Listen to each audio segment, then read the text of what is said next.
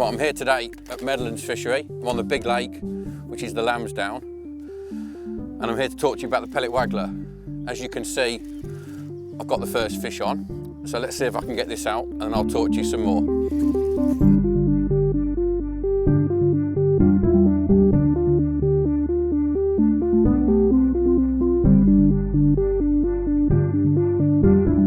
There you go, first fish of the day.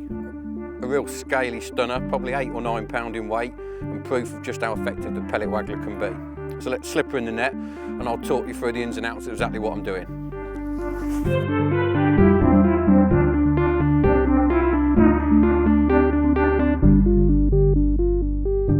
Right, I'm going to talk you through my setup, but before I do, I'm just going to talk to you about my choice of rod and reel. On the rod front, I've got an 11-foot Team Daiwa pellet waggler rod. It's the X version, which basically means it's stepped up. Perfect for dealing with those bigger fish that are in commercials now, sort of in that 6 to 10 pound bracket. Moving on to reel, TDR 3012, perfect size for waggler fishing, nice and light, relatively shallow spool, so perfect for taking a low diameter line. On the subject of line, the line I've got on today is a 5 pound breaking strain, so 20 diameter, which is very fine for the breaking strain. It's actually a line I'm testing for Guru. The reason I like it for waggler fishing, it's low stretch and very fine, which means presentation's better. I can cast a light float a lot further. So it's ideally suited for this method. Moving down.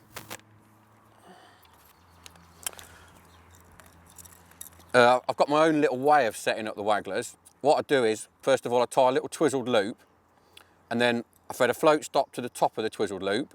Then the float itself threaded on. The float's actually attached to a little feeder bead, if you can just see that there. So it's free running. Then another line stop.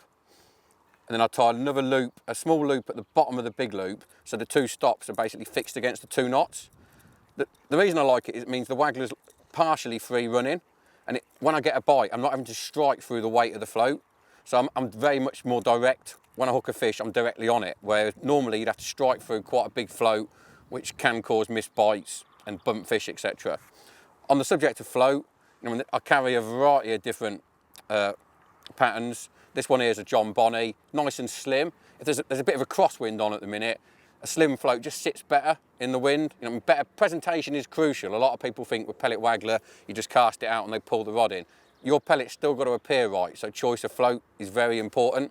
So as I say, I've got a nice slim pattern there, but I could revert to something like that. If it went totally flat calm, a real dumpy little pattern, which is going to create a nice little splash, perfect for fishing very high in the water. One thing about my choice of pellet wagglers is I do prefer loaded. They cast better and they create a better, when they hit the water, they create a better plop. And that plop, that noise, that sounds like a pellet hitting the water, which in turn attracts fish. So that's how I've got the waggler attached. Then on the bottom loop, in the bottom of the twizzle loop in the main line, I've got roughly 2.5 to 3 foot of 017 Guru N-gauge. Depth depends on obviously how the fish are having it. What I like to do is start deep. So today, I've started at sort of 3 foot, but if those fish start swirling for the pellets, I will come higher, sometimes even as high as 12 inch. So I've got 3 foot of 017 N-gauge, and then I've got a little size 18 Guru pellet waggler hook, bait band, and an 8mm pellet, just exactly the same as what I'm feeding. So it's a nice simple setup. The key points are, it doesn't tangle. I'm much more direct when I get a bite, and it's like I said, it's very simple to use. So that's my setup. Let's see if we can get another fish.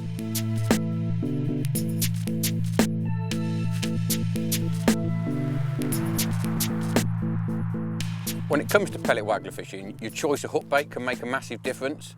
Now, normally I'm a big believer in matching the hatch, so to speak, so I'll fish on the hair exactly the same as what I'm feeding. And this does catch fish, but there's some days where just changing the colour of your hook bait can make a big difference.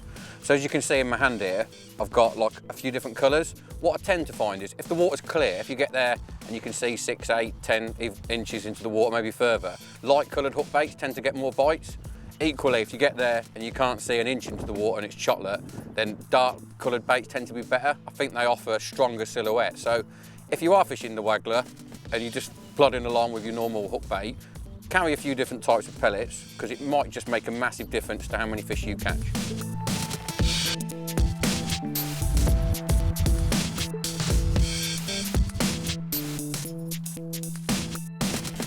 A question I get asked a lot about pellet waggler fishing is how do I store my hook lengths?